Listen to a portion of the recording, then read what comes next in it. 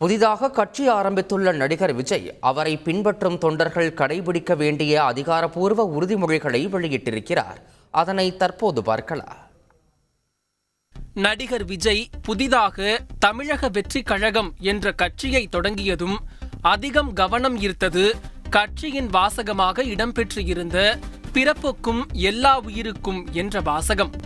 இந்த நிலையில் தற்போது தனது கட்சியினர் ஏற்க வேண்டிய அதிகாரப்பூர்வ உறுதிமொழி வாசகங்களை கட்சியின் பொதுச் செயலாளர் ஆனந்த் நேற்று நடைபெற்ற ஆலோசனை கூட்டத்தில் தொண்டர்களிடையே வழங்கியிருக்கிறார்.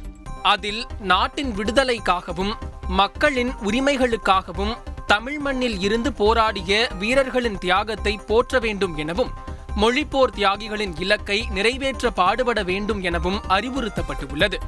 அரசியலமைப்பு சட்டத்தின் மீதும் இறையாண்மையின் மீதும் நம்பிக்கை வைத்து அனைவருடனும் ஒற்றுமை, மத நல்லிணக்கம், சகோதரத்துவம், சமத்துவம் ஆகியவற்றை பேணி காக்கும் பொறுப்புள்ள தனி மனிதராகவும் மக்களாட்சி, மதசார்பின்மை, சமூக நீதி பாதையில் பயணித்து மக்கள் நல சேவகராக கடமையாற்ற வேண்டும் என்றும் கேட்டுக்கொள்ளப்பட்டுள்ளது.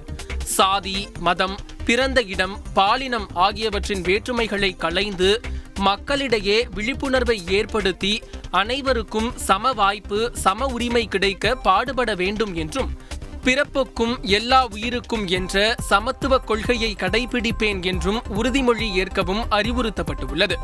இனி மாநில அளவிலும் மாவட்ட அளவிலும் நடக்கும் ஒவ்வொரு நிகழ்விலும் இந்த உறுதிமொழியை தமிழக வெற்றி கழகத்தினர் ஏற்றுக்கொள்வார்கள் என்றும் அறிவிக்கப்பட்டுள்ளது.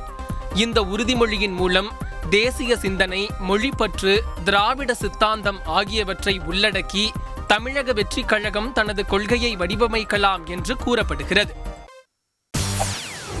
செய்திகளை உடனுக்குடன் தெரிந்து கொள்ள உடனே சப்ஸ்கிரைப் பண்ணுங்க.